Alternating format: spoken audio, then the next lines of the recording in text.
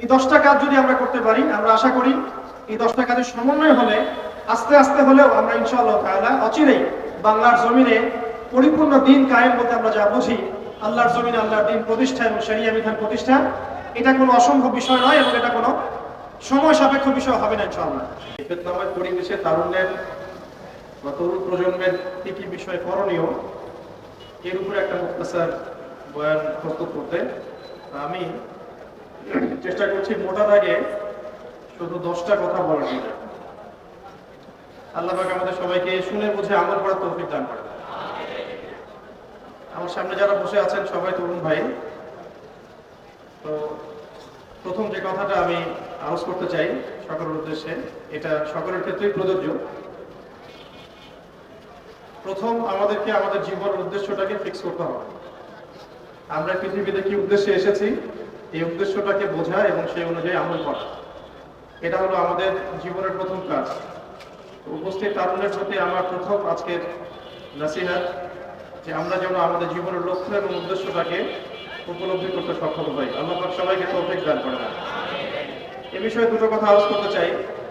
একটা তো আল্লাহ পাক সূরাতুজ যারিয়াতের মধ্যে বলেছেন, বা'দা আউযু বিল্লাহি মিনাশ শাইতানির রাজীম, ওয়া মা খালাকতুল জিন্না ওয়াল ইনসা ইল্লা লিয়াবুদুন। আমি জিন জাতি এবং মানব জাতিকে শুধুমাত্র আমার ইবাদত করার জন্য সৃষ্টি করেছি। তো এখান থেকে আমরা বুঝতে পারছি যে এই পৃথিবীতে আল্লাহ পাক আমাদেরকে পাঠিয়েছেন শুধুমাত্র তার ইবাদত করার জন্যই। আর এটা আল্লাহ পাকের অনেক বড় দয়া যে আল্লাহ রাব্বুল আলামিন আমাদের ব্যক্তিগত কাজ, অর্থনৈতিক কাজ, আমাদের ব্যবসা বাণিজ্য, পরিবার, স্ত্রী সন্তান, মুআমালাত মুআশারাত, এগুলোকে ইবাদতের মধ্যে অন্তর্ভুক্ত করেছেন যদি আমরা কয়েকটা শর্ত পূরণ করতে পারি। কাজগুলো যদি আল্লাহ পাকের সন্তুষ্টির জন্য হয় এবং রাসূল সাল্লাল্লাহু আলাইহি ওয়াসাল্লামের তরিকা মোতাবেক হয় এবং রিজিক যদি হালাল হয়, ইনশাআল্লাহ তাআলা স্ত্রীর মুখে অন্ন তুলে দেওয়াও নেকির কাজ বলে গণ্য হবে ইনশাআল্লাহ। তো এই পৃথিবীতে এসেছি আমরা দুটো উদ্দেশ্য নিয়ে। একটা হলো আল্লাহ রাব্বুল আলামিনের ইবাদত করা, যেমনটা আমরা বললাম, ওয়া মা খালাকতুল জিন্না ওয়াল ইনসা ইল্লা লিয়াবুদুন। আরেকটা উদ্দেশ্য আছে আমাদের পৃথিবীতে আসার, সেটা হচ্ছে আল্লাহ রাব্বুল আলামিনের জমিনে আল্লাহ পাকের দ্বীনটাকে কায়েম করা, বাস্তবায়ন করার চেষ্টা করা। এই ব্যাপারে আল্লাহ পাক আমাদেরকে স্পষ্ট আদেশ দিয়েছেন। সূরা আল ইমরানেও বলেছেন, কুনতুম খায়রা উম্মাহ উখরিজাত লিন-নাস তা'মুরুনা বিল মা'রুফ ওয়া তানহাউনা 'আনিল মুনকার ওয়া তু'মিনুনা বিল্লাহ। একই ভাবে আল্লাহ রাব্বুল আলামিন সূরা মুহাম্মাদের মধ্যে বলেছেন, ইন তানসুরুল্লাহ ইয়ানসুরকুম ওয়া ইউসাব্বিত আকদামাকুম। তোমরা যদি আল্লাহর দ্বীনকে সাহায্য করো, আল্লাহকে সাহায্য করো, তাহলে আল্লাহ পাকও তোমাদেরকে সাহায্য করবেন। ওয়া ইউসাব্বিত আকদামাকুম, তোমাদের পা আল্লাহ পাক শক্ত করে রাখবেন। আর ওয়া ইন তাতাওয়াল্লাউ ইস্তাবদিল কওমান গায়রাকুম, আর তোমরা যদি মুখ ফিরিয়ে নাও, পৃষ্ঠ প্রদর্শন করো, তাহলে জেনে রাখো আল্লাহ পাক অন্য কওমকে তোমাদের স্থলাভিষিক্ত করবেন এবং তারা তোমাদের মতো হবে না। এই আয়াতগুলো থেকে আমরা বুঝতে পারছি যে আল্লাহ রাব্বুল আলামিনের জমিনে তার দ্বীন কায়েম করা, তার দ্বীনের সহযোগী হওয়া, দ্বীন ইকামতে দ্বীনের কাজ করা, দ্বীন প্রতিষ্ঠার জন্য কাজ করা, এটা আমাদের পৃথিবীতে আসার অন্যতম একটা উদ্দেশ্য। তাই আমি তরুণ ভাইদেরকে হৃদয়ের অন্তঃস্থল থেকে অনুরোধ করব, জীবনের উদ্দেশ্য সম্পর্কে আমরা সচেতন হই। আমরা পৃথিবীতে শুধু খেলতামাশা করতে আসি নাই, সময় নষ্ট করতে আসি নাই, শুধু চাকরির পিছনে ছুটতে আসি নাই, ব্যবসার পিছনে ছুটতে আসি নাই। আমাদের এই পৃথিবীতে আসার একটা উদ্দেশ্য আছে, একটা মোটিভ আছে, সেটা হলো নিজে আল্লাহর ইবাদত করব এবং আল্লাহর দ্বীন, আল্লাহর জমিনে আল্লাহর দ্বীন কায়েম হয়। আল্লাহ পাক আমাদের সবাইকে মকবুল কাফেলায় শামিল করেন, আমিন। দ্বিতীয় যে বিষয়টি আমি বলতে চাই সেটা হলো, এই যে মহান একটা মিশন নিয়ে আমরা পৃথিবীতে এসেছি, এটাকে বাস্তবায়ন করতে হলে আমাদেরকে ইলম অর্জন করতে হবে। ইলম অর্জন না করে যদি আমরা কোনো কাজ করতে যাই, সেখানে উপকারের জায়গায় ক্ষতি বেশি হতে পারে। এবং দ্বীনের ইলম একা একা হাসিল করা যায় না, অবশ্যই বরেণ্য এবং মুহাক্কিক উলামায়ে কেরামের সোহবত জরুরি। এই বিষয়টা আমরা অনেকে বুঝতে পারি, অনেকে পারি না। খাস করে যারা জেনারেল ব্যাকগ্রাউন্ড থেকে আমরা উঠে আসছি, অনেকে দেখা যায় দ্বীন আমরা শিখতে চাই ঠিকই, লেখাপড়াও করি, বই পুস্তক পড়ি, অনেকে আরবিও ভালো বলতে পারেন, কিন্তু উলামায়ে কেরামদের সোহবত এবং সান্নিধ্য নেই। এই বিষয়টা এতটা ক্ষতিগ্রস্ত, এতটা ক্ষতির কারণ যে নেক্সট স্রোতে মানুষ ধোঁকা খেতে পারে। এই ইলমের তো দুটো শাখা আছে, একটা দুনিয়াবী জ্ঞান, একটা দ্বীনি জ্ঞান। তো দুনিয়াবী জ্ঞানের জন্য এই বিষয়টাকে আমি শর্ত বলে মনে করছি না। কিন্তু দ্বীনী ইলম অর্জনের জন্য অবশ্যই একজন বরেণ্য মুহাক্কিক উলামায়ে কেরামের সুহবত অবশ্যই জরুরি। এবং দ্বীনী ইলমের বিষয়টা শুধু কিতাবের মধ্যেই সীমাবদ্ধ নয়। কিতাব আমাকে একটা ক্লাসিক্যাল আলেম হওয়ার পর্যায়ে পর্যন্ত নিয়ে যায় ঠিকই, কিন্তু আল্লাহকে চিনতে হলে, আল্লাহকে পেতে হলে, আল্লাহর মারিফত হাসিল করতে হলে একটা আধ্যাত্মিক জ্ঞানের প্রয়োজন আছে। এই জ্ঞানটা আপনি কিতাবের মধ্যে পাবেন না। এটাকে হাসিল করতে হলে অবশ্যই আল্লাহওয়ালা বুজুর্গ মানুষদের সোহবতে আসতে হবে। ঠিক যেমন নবী মুসা আলাইহিস সালামকে আল্লাহ রাব্বুল আলামিন বলেছিলেন, তোমার চেয়েও জ্ঞানী মানুষ পৃথিবীতে আছে। সূরা কাহফে বিস্তারিত ঘটনা আছে, এতটা বলার সময় এখানে নাই, আপনারা পড়ে নিতে পারবেন। মুসা আলাইহিস সালাম যুগ যুগ সফর করেছেন সেই ব্যক্তিকে পাওয়ার জন্য যাকে আল্লাহ রাব্বুল আলামিন তার পক্ষ থেকে খাস করে জ্ঞান দিয়েছেন। সেই ব্যক্তি নাম খিদর আলাইহিস সালাম। তিনি এমন কিছু দেখছেন খিদর আলাইহিস সালাম যেটা মুসা আলাইহিস সালাম বুঝতে পারছেন না। মুসা আলাইহিস সালাম নবী হওয়ার পরেও বুঝতে পারছিলেন না কেন নৌকা ফুটা করা হচ্ছে, কেনই বা বাচ্চাটাকে হত্যা করা হলো, আর কেনই বা দেয়ালকে নির্মাণ করা হলো। খিদর আলাইহিস সালামকে আল্লাহ রাব্বুল আলামিন এমন আধ্যাত্মিক জ্ঞান দিয়েছিলেন, আল্লাহর মারিফত দিয়েছেন, তিনি এমন কিছু দেখতে পাচ্ছেন দূর পর্যন্ত যেটা মুসা আলাইহিস সালাম বুঝতে পারছেন না। হাদিসের মধ্যে তো এটা এসেছে, সেদিন যদি মুসা আলাইহিস সালাম এত প্রশ্ন না করতেন তাহলে হয়তো আরো অনেক জ্ঞান জানা যেত। কামা ক্বালা আলাইহিস সালাম। এই কারণে আমি তরুণ প্রজন্মকে নসিহত করতে চাই, যিনি এই অর্জন করছি, মাশাআল্লাহ, বই পুস্তক পড়ছি, অনেক প্রতিষ্ঠানেও পড়ছেন, তবে অবশ্যই মাথার উপরে মুরব্বী ওলামায়ে কেরামদেরকে রাখতে হবে। এটা ব্যতীত যদি আমরা দিনের কাজ করতে চাই, কথা বলতে চাই, বা দিনের কোনো দাওয়াত তাবলীগ আমরা ফিকির করি, সেখানে আমরা নিজেরাও বিভ্রান্ত হতে পারি, মানুষকে বিভ্রান্ত করতে পারি। তাই এটা হচ্ছে আমার দ্বিতীয় নসিহত আমাদের তরুণ ভাইদের প্রতি। আল্লাহ পাক আমরা সবাইকে বরেণ্য উলামায়ে কেরামদের সুহবত নসিব করেন। আমি আরেকটা বিষয় এখানে আমি নিজে থেকে অ্যাড করতে চাই, সেটা হলো যে আমরা এখন অনেকেই অনলাইন কেন্দ্রিক চিন্তা ভাবনা করি। অনলাইনে কে কত ভাইরাল, কার কত ভিউজ বেশি হয়, হ্যাঁ, কার ফ্যান ফলোয়ার্স কত বেশি, এগুলো আমাদের কাছে এখন হকের মানদণ্ড হয়ে গেছে, অনেকের কাছে, সবার কাছে নয়। এটা একটা মুসিবত, এটা খাসারা। মনে রাখবেন, বরেণ্য উলামায়ে কেরাম এবং আল্লাহর ওলিগণ নিজেদেরকে এত জাহির করেন না, তারা নিজেদেরকে লুকিয়ে রাখতে চান, তারা ইজহার করা পছন্দ করেন না, তারা হক এবং বাতিলের মধ্যে মিশ্রণ ঘটান না, তারা হক এবং বাতিলকে স্পষ্ট করে দেন। তারা পৃথিবীতে মজলুম হন, নিভৃতচারী হন। তাদের অবস্থাটা এমন হয় যে তারা দিনের বেলার ঘোরসাওয়া, রাতের বেলার দরবেশ। তো এই ব্যাপারে ইমাম মালিক রাহমাতুল্লাহি আলাইহির একটা কওল আছে, জ্ঞান কারো কাছে আসে না, জ্ঞানের কাছে যেতে হয়। তাই আমাদেরকেও সেই রকম বুজুর্গ আলেমকে খুঁজে বের করতে হবে। এমন নয় যে আপনার ঘর পর্যন্ত তিনি হেঁটে আসবেন, এমনটা নাও হতে পারে। আল্লাহ পাক আমাদের সবাইকে জ্ঞানের কাছে যাওয়ার তৌফিক দান করেন, আমিন। এরপর আসি যে এই জীবনের উদ্দেশ্যটাকে ফিক্স করা এবং জ্ঞান অর্জনের যে এই সিলসিলা, এটা একটা লম্বা সিলসিলা। জ্ঞান অর্জনের ক্ষেত্রে তাড়াহুড়া করা যাবে না যে আমি 5 বছরের মধ্যে আলেম হয়ে যাব, 10 বছরের মধ্যে আমি মুফতি হয়ে যাব, এইভাবে চিন্তা করা যাবে না। আমাদেরকে সারা জীবন তালেব ইলম হয়ে থাকতে হবে এবং জ্ঞান অর্জনের এই যে ক্রমবর্ধমান একটা সিলসিলা, এখানে সবরের পরিচয় দিতে হবে। এ ব্যাপারে আমি একটা কোটেশন নোট করে আছি। আমাদের শ্রদ্ধেয় আলেম, বরেণ্য আলেম আল্লামা তাকি উসমানী সাহেবের যে কিতাব আছে তাসাউফ এবং আত্মশুদ্ধি, এই কিতাবের মধ্যে পাওয়া যায়, এবং তার ভাই রাফি উসমানী সাহেবের একটা কিতাব আছে, সেখানেও এই কথাটা, একই কথাই আছে যে একজন তালেব ইলমকে বা একজন আল্লাহকে চাহনেওয়ালা একজন ব্যক্তিকে এই 4টা গুণ হাসিল করতে হবে। জীবনের উদ্দেশ্য ঠিক করার পরে যখন আমরা ইলম অর্জন করতে যাব, তখন এই 4টা গুণ হাসিল করার চেষ্টা করবো ইনশাআল্লাহ। আল্লাহ পাক সবাইকে তৌফিক দান করেন। প্রথম গুণটা হচ্ছে শুকর, আল্লাহ পাকের শুকর আদায় করা। এটা এত বড় একটা গুণ যাকে আল্লাহ রাব্বুল আলামিন কৃতজ্ঞতা স্বীকারকারী অন্তর দিয়েছেন, সে হচ্ছে পৃথিবীর ধনী মানুষ। চলতে ফিরতে, উঠতে বসতে সবসময় আমরা আল্লাহ পাকের নিয়ামতগুলো স্মরণ করব এবং সবসময় বলতে থাকবো আলহামদুলিল্লাহ, বলতে থাকবো আলহামদুলিল্লাহ। আল্লাহুম্মা লাকাল হামদ হামদান কাসীরান তাইয়িবান মুবারাকান ফীহি কামা ইয়ানবাগী লিজালালি ওয়াজহিক ওয়া আযীমি সুলতানিক। আল্লাহ পাকের শুকরিয়া যে যত বেশি আদায় করবে, আল্লাহ পাক বলেছেন লা ইন শাকারতুম লা আযীদান্নাকুম, তোমরা আমার শুকরিয়া আদায় করো, আমি তোমাদের প্রতি আমার নিয়ামতকে বাড়াই দেব। ওয়া লা ইন কাফারতুম ইন্না আযাবি লাশাদীদ, তোমরা যদি আমার অকৃতজ্ঞ হও, জেনে রাখো আমার আযাব বড়ই কঠিন। তো উস্তাদগণ লিখেছেন একজন তালেবে ইলমের অবশ্যই শুকরগুজার অন্তর থাকতে হবে। আমাদের উলামায়ে কেরাম করে কথাটা বারবার বলেন যে কলবুল শাকির, শুকরগুজার, কৃতজ্ঞতা স্বীকারকারী একটা অন্তর থাকতে হবে। সবসময় চিন্তা করবো আমাকে আল্লাহ কি দিয়েছেন, এটা চিন্তা করবো না আমাকে আল্লাহ কি দেন নাই। আল্লাহ পাক আমাকে সুস্থ রেখেছেন, নিরাপত্তা দিয়েছেন, আমি খাচ্ছি, পান করছি।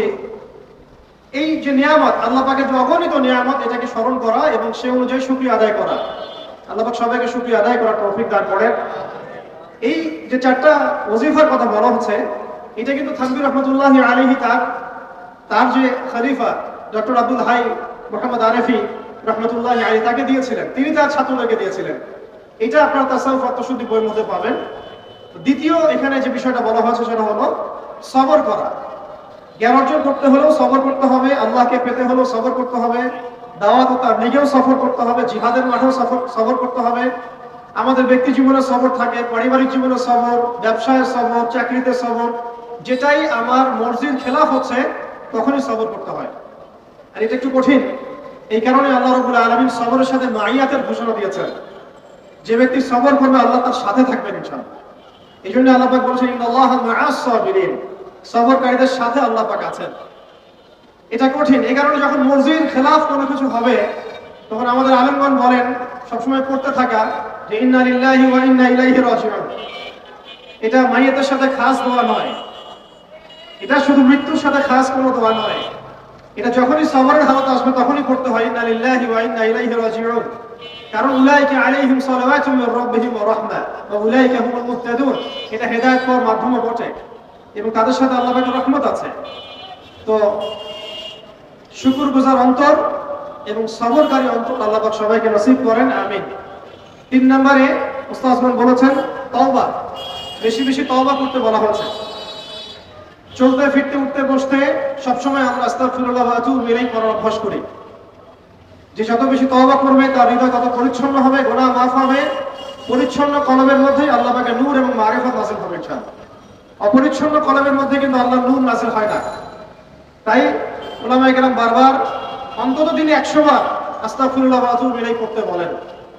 আল্লাহ পাক আমাদের সবাইকে পড়ার তৌফিক দান করেন। আর 4 নাম্বার যেটা এই কিতাবে এসেছে সেটা হচ্ছে ইস্তেআযা, অর্থাৎ ভবিষ্যতের কোনো বিষয়ের জন্য আমাদের যদি আশঙ্কা সৃষ্টি হয়, না জানি এটা আমার উপর বিপদ আসবে কিনা, ভয়, আশঙ্কা, আতঙ্ক, এই বিষয়গুলো যদি আমাদের ভিতরে আসে, অর্থাৎ ভবিষ্যৎ নিয়ে কোনো শঙ্কা, তখন বেশি বেশি আল্লাহর কাছে আশ্রয় প্রার্থনা করতে বলা হয়েছে। আউযু বিল্লাহ অথবা আউযু বিকালিমাতিল্লাহি তাম্মাতি মিন শাররি মা খালাক অথবা আউযু বিল্লাহি মিনাশ শাইতানির রাজীম আউযু বিল্লাহিস সামিউল আলীম মিনাশ শাইতানির রাজীম মিন নাফখিহি ওয়া নাফথিহি ওয়া হামজিহি। একবার আমার মনে আছে যে একটা জটিল মাসালা নিয়ে আমরা আমাদের মুহতারাম খতিব সাহেব বাইতুল মুকাররমের বর্তমান খতিব সাহেব তার দ্বারস্থ হয়েছিলাম। একটা মুশকিলা দেখা দিয়েছে, একটা দোয়া শিখিয়ে দেন যে দোয়ায় আমল করলে ইনশাআল্লাহ এটা চলে যাবে। তা আমাকে তিনি পার্সোনালি বলেছিলেন যে এই দোয়াটা যেটা আমি এখন শিখিয়ে দিচ্ছি আপনাকে, এই দোয়াটা জিবরাইল আলাইহিস সালাম রাসূলুল্লাহ সাল্লাল্লাহু আলাইহি ওয়াসাল্লামকে শিখিয়ে দিয়েছিলেন এবং রাসূলুল্লাহ সাল্লাল্লাহু আলাইহি ওয়াসাল্লাম এই দোয়াটা খালিদ বিন ওয়ালিদ রাদিয়াল্লাহু আনহুকে শিখিয়ে দিয়েছিলেন। শোনার এবং শেখার খুব আগ্রহ ছিল, তা আমি লিখে নিচ্ছিলাম এবং নোট করছিলাম। এই দোয়াটা যদি আপনারা পড়তে পারেন, ভবিষ্যতের যে কোনো শঙ্কা, আশঙ্কা, বিপদ আপদ, বালা মুসিবত, এই বিষয়গুলোর ব্যাপারে আল্লাহর পক্ষ থেকে একটা সাকিন এবং সুকুন হৃদয় নাযিল হবে। একটু বড়, যেহেতু এখানে তালেব ইলম অনেক, তারা তো শুনলেই মুখস্থ করতে পারবে, তাই আমি নোট করে আনছি। এবং জ্ঞান তো লুকিয়ে রেখেও লাভ নাই, প্রচার করলেই লাভ, আপনারা আমল করলে আমি নাকি পাবো ইনশাআল্লাহ। তো এই দোয়াটা হচ্ছে আউযু বিকালিমাতিল্লাহি তাম্মাতিল্লাতি লা ইউজাবিজুহুন্না বাররুন ওয়ালা ফাজির মিন শাররি মা খালাকা ওয়া যারআ ওয়া বারআ ওয়া মিন শাররি মা ইয়ানজিলু মিনাস সামাই ওয়া মা ইয়া'রুজু ফিহা ওয়া মিন শাররি মা যারআ ফিল আরদি ওয়া মা ইয়াখরুজু মিনহা ওয়া মিন শাররি ফিতানিল লাইলি ওয়ান নাহার ওয়া মিন শাররি তাওয়ারিকিল লাইল ইল্লা তাওয়ারিকান ইয়াতরুকু বিখাইরিন ইয়া রাহমান। এই দোয়াটার উপর আমল করতে থাকেন, দেখেন ভবিষ্যতের আশঙ্কা দূর হয়ে যাবে। আল্লাহ পাক আমাদের সবাইকে 4টা গুণ হাসিল করার তৌফিক দান করেন। এইভাবে লম্বা কথা বলা যায়, সংক্ষিপ্ত করে বললাম যে আল্লাহ পাক আমাদেরকে জীবনের উদ্দেশ্যটাকে ফিক্স করার তৌফিক দান করেন, যে আমরা পৃথিবীতে এসেছি আল্লাহর ইবাদত করতে এবং তার দিন কায়েম করতে। এবং এই মিশনে আমাদের প্রথম দরকার হচ্ছে দ্বীনি ইলম অর্জন করা, এবং এটা একটা লম্বা সিলসিলা, এই ব্যাপারে তাড়াহুড়ো না করা। এবং 3 নাম্বার, বুজুর্গ ওলামা ইকরামদের সহবতে থেকে দ্বীনের জ্ঞান হাসিল করা। এতে করে জ্ঞানের সাথে সাথে আধ্যাত্মিকত্ব হাসিল হবে ইনশাআল্লাহ। আর আধ্যাত্মিকত্ব হাসিল না হলে বাইরের চোখ দিয়ে যদি আমরা দেখি, তাহলে এই বিশ্বটাকে চিনতে, বুঝতে এবং সমাধান বের করতে আমরা বেগ পাবো। এবং কোনো কোনো ক্ষেত্রে আমরা সত্যকে মিথ্যা মনে করতে পারি, মিথ্যাকে সত্য মনে করতে পারি। আল্লাহ পাক আমাদের খিদির আলাইহিস সালামের দৃষ্টিভঙ্গি দান করেন, আমিন। আর 4 নাম্বার, প্রত্যেক তালেব ইলমের এবং যারা আল্লাহর পথের সেনানী হতে চাই, আমরা মুজাহিদ হতে চাই, মুবাল্লিগ হতে চাই, মুহাদ্দিস হতে চাই, বা দ্বীনের পথে আমরা শহীদ হতে চাই, এই তামান্না যাদের আছে তাদেরকে 4টা গুণ হাসিল করতেই হবে। আল্লাহ পাক তৌফিক দান করেন। 1 নাম্বার শুকর, 2 নাম্বার সবর, 3 নাম্বার তাওবা এবং 4 নাম্বার ইস্তেআদা বা আশ্রয় প্রার্থনা। আবার বলছি, 1 নাম্বার শুকর, বেশি বেশি শুকরিয়া আদায় করা, 2 নাম্বার সবর করা, 3 নাম্বার হচ্ছে পূর্বের পাপের জন্য তওবা করা, এবং যখনই পাপ হবে তখনই তওবা করা। ওলামায়ে কেরামগণ বলেন যে সকাল সন্ধ্যায় সাইয়্যিদুল ইস্তিগফার কখনো না ছাড়া, সকাল সন্ধ্যায় সাইয়্যিদুল ইস্তিগফার কোনো অবস্থায় যেন না ছাড়া। এটা নিশ্চয়ই আপনাদের মুখস্থ আছে। আল্লাহুম্মা আনতা রাব্বি লা ইলাহা ইল্লা আনতা খালাকতানি আনা আবদুক ওয়া আনা আলা আহদিকা ওয়া ওয়া'দিক মাসতাতা'তু আউযু বিকা মিন শাররি মা সানা'তু আবু'ু লাকা বিনি'মাতিকা আলাইয়া ওয়া আবু'ু বিযানবি ফাগফির লি ফাইন্নাহু লা ইয়াগফিরু যুনুবা ইল্লা আনতা। এই দোয়াটা কখনো না ছাড়া। এবং যখন পূর্বের কোনো পাপের কথা মনে হয় যে এতদিন আগে আমার একটা পাপ হয়ে গিয়েছিল, মনটা একটু খারাপ হতে পারে, চোখে পানি আসতে পারে, ইমিডিয়েটলি পড়তে বলা হচ্ছে আস্তাগফিরুল্লাহ ওয়া আতুবু ইলাইহি, আস্তাগফিরুল্লাহ ওয়া আতুবু ইলাইহি। 5 নাম্বারটা হচ্ছে যে চলমান যে ফিতনাগুলো আছে আমাদের সামনে, এই ফিতনাগুলোকে কাগজে কলমে আইডেন্টিফাই করা। আমি সহজ করে দিই আপনাদের জন্য। আমাদের সামনে ফিতনাগুলো কয়েকটা ক্ষেত্রে বিভক্ত। একটা হচ্ছে ব্যক্তিগত ক্ষেত্রে ফিতনা, একটা হলো আমাদের শিক্ষা ক্ষেত্রের ফিতনা, একটা হলো আমাদের অর্থনৈতিক ক্ষেত্রের ফিতনা, একটা হলো সাংস্কৃতিক ক্ষেত্রের ফিতনা, একটা পারিবারিক ক্ষেত্রে এবং একটা রাষ্ট্রীয় ক্ষেত্রে, এবং এর চেয়ে বড় পরিসরে আছে বৈশ্বিক ক্ষেত্রে কিছু ফিতনা। এই ফিতনাগুলোকে আমাদেরকে কাগজে কলমে এবং আল্লাহর নূর দিয়ে, কোরআন সুন্নাহর চোখ দিয়ে আইডেন্টিফাই করতে হবে এবং সেগুলোকে সমাধানের পথ খুঁজে বের করতে হবে। আল্লাহ পাক আমাদের সবাইকে তৌফিক দান করেন, আমিন। 6 নম্বর হচ্ছে যে আমাদের যে গন্তব্য যে আমরা চাই আল্লাহর জমিনে দিন কায়েম হোক, এই গন্তব্যে ইস্তেকামা ধরে রাখা বা ধারাবাহিকতা বজায় রাখা। এমন যেন না হয় যে আমাদের কিছুদিনের কাজ খুব গতিসম্পন্ন হচ্ছে এবং বাকি কাজ মন্থর হচ্ছে, এমনটা যেন না হয়। সিরাতের সুন্নতে নবী সাল্লাল্লাহু আলাইহি ওয়াসাল্লাম যেভাবে দীর্ঘ 23 বছর তার দাওয়াত এবং মিশন চালিয়েছেন, এইভাবে আমরা যেন আমাদের এই গন্তব্যটাকে হাসিল করতে পারি এবং সবর বজায় রাখি, ইস্তেকামা ধরে রাখি, আধ্যাত্মিকতা ধরে রাখি এবং যা জানি তার উপর আমল করার চেষ্টা করি, সুন্নাহ ভিত্তিক জীবনযাপন করার চেষ্টা করি। আল্লাহ পাক সবাইকে তৌফিক দান করেন। 7 নম্বর দরকার হচ্ছে আমাদের হালাল রিজিক। যদি রিজিকটা আমাদের হালাল না হয়, তাহলে এই যে এত বড় বড় কথা বলছি বা এত বড় স্বপ্ন দেখছি, এগুলো কিন্তু ভাই আসলে বাস্তবায়ন করা খুব কঠিন হবে, কোনো কোনো ক্ষেত্রে হয়তো সম্ভব হবে না। ইন্নাল্লাহা তাইয়্যিব লা ইয়াকবালু ইল্লা তাইয়্যিব। আল্লাহ পাক পবিত্র, তিনি পবিত্র ছাড়া কিছু কবুল করেন না। আর এখন রিজিকের মধ্যে যত ফিতনা, সুদের ফিতনা আছে, ঘুষের ফিতনা, দুর্নীতির ফিতনা, কাগজের টাকার হারামের কিছু ফিতনা চলে আসছে ভিতরেও, ক্রিপ্টোকারেন্সির ফিতনা আসতেছে সামনে। এছাড়া আছে আমাদের মার্কেটের সিন্ডিকেট, পণ্য মজুত করা, মাপে কম দেয়া, মানে হারাম খাওয়ার যতগুলো অপশন আছে, আমার মনে হয় এই জামানায়, এই যুগে এটা সবচেয়ে বেশি উন্মুক্ত আমাদের সামনে। তো হারাম খাওয়া সহজ, হালালে চলা একটু কঠিন, তবে হালাল খাওয়াটা অসম্ভব নয়। আল্লাহ পাক সূরা তালাকের মধ্যে বলেছেন, ওয়া ইয়াত্তাকিল্লাহ ইয়াজআল লাহু মাখরাজা। যে ব্যক্তি আল্লাহকে ভয় করে, আল্লাহ পাক তার জন্য রাস্তা বের করে দেন। ওয়া ইয়ারযুকহু মিন হাইথু লা ইয়াহতাসিব। এবং এমন উৎস থেকে আল্লাহ পাক তাকে রিজিক দেন যা সে কখনো কল্পনাও করে নাই। আল্লাহ পাক আমাদের সবাইকে হালাল খাওয়ার তৌফিক দান করেন, আমিন। 8 নাম্বার এবং 9 নাম্বার একসাথে বলে শেষ করছি। সেটা হলো আমাদের প্রত্যেককে কমপক্ষে পার্ট টাইম দাওয়াতের কাজ করতে হবে। দাওয়াত এবং তাবলীগের কাজটা এটা এখন আমভাবে সকলের উপর বর্তিয়ে গিয়েছে। এটা ব্যাপারটা এমন নয় যে ওলামায়ে কেরামগণ দাওয়াতের কথা বলবেন, তাবলীগের কথা বলবেন, আমাদের উপর কোনো জিম্মেদারি নাই। ব্যাপারটা কিন্তু এমন নয়। আমাদের প্রত্যেককে সৎ কাজে আদেশ করতে হবে, অসৎ কাজে নিষেধ করতে হবে। এবং আপনারা তো সবাই জানেন, হুযায়ফা রাদিয়াল্লাহু আনহু থেকে যে হাদিসটা বর্ণিত হয়েছে, সহিহ মুসলিম শরীফে এসেছে, যে যদি আমরা সৎ কাজে আদেশ না করি, অসৎ কাজে নিষেধ না করি, তাহলে আল্লাহর পক্ষ থেকে বিপদ আপদ, বালা মুসিবত, গজব আসবে। এই সময় ওই কম দোয়া করবে, কিন্তু এই দোয়া আল্লাহর দরবারে কবুল হবে না। আল্লাহ রাব্বুল আলামিন আমাদের সবাইকে সৎ কাজে আদেশ করার তৌফিক দান করেন, অসৎ কাজে নিষেধ করার তৌফিক দান করেন, হালাল খাওয়ার তৌফিক দান করেন এবং দাওয়াত ও তাবলীগে সবাইকে এই মেহনতে যুক্ত থাকার তৌফিক দান করেন। আর সর্বশেষ যে কথাটা বলতে চাই সেটা হলো এই দিন কায়েমের যে স্বপ্ন, এই স্বপ্নে আমাদের সবার সম্মানিত উপস্থিতি এবং আমার সামনে উপবিষ্ট তরুণ প্রজন্মের দিনী ভাইরা, এই 10টা কাজ যদি আমরা করতে পারি, আমরা আশা করি এই 10টা কাজের সমন্বয় হলে আস্তে আস্তে হলেও আমরা ইনশাআল্লাহ তাআলা অচিরেই বাংলার জমিনে পরিপূর্ণ দিন কায়েম বলতে আমরা যা বুঝি, আল্লাহর জমিনে আল্লাহর দিন প্রতিষ্ঠা এবং শরিয়া বিধান প্রতিষ্ঠা, এটা কোনো অসম্ভব বিষয় নয় এবং এটা কোনো সময় সাপেক্ষ বিষয় হবে না ইনশাআল্লাহ।